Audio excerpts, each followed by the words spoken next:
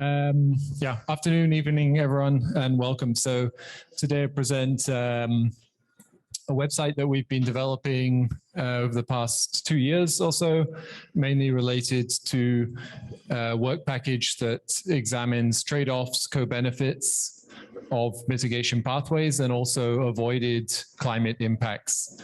And the main idea here is that there's been huge amounts of modeling and scenario data generated in the project, and we want to present as many insights, well, many insights from the project to a broader audience in an interactive way on the internet. So this goes beyond some of the, let's say, online tools that we have available, which are primarily aimed more at kind of technical scientific audience for looking at scenario data and making something more accessible for general public or people working in policy, and people, analysts, can also be general public.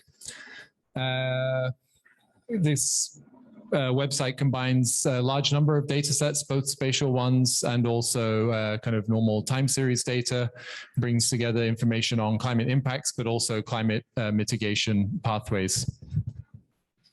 Next. Yeah, and again. So we have a few different sections of the website. Also, much of the data comes from both global models, integrated assessment models, global climate models, but also a number of very important contributions from the national modeling teams, which includes countries like Brazil and the COPY team, also many partners across Asia and Europe who are working closely with policymakers in their countries and run national modeling scenarios. Next one. So we're currently in a stage of soon to launch. So we expect to launch the website in May, but you will be able to access the preview, and a lot of the information and functionality is already there. We have three main components of the website. One is the Impacts Explorer, and this is for visualization of climate impacts data that has been updated with indicators from the latest generation of climate models.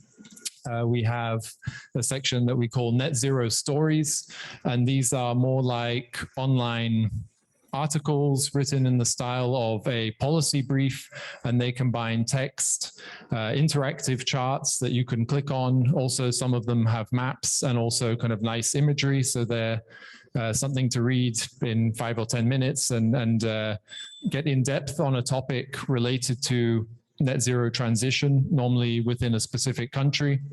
And then lastly, we have these national dashboards, and these are combining a variety of methods so that you can access almost every country in the world, and there's a page which gives an overview, also some information about mitigation pathways, and also information about climate impacts.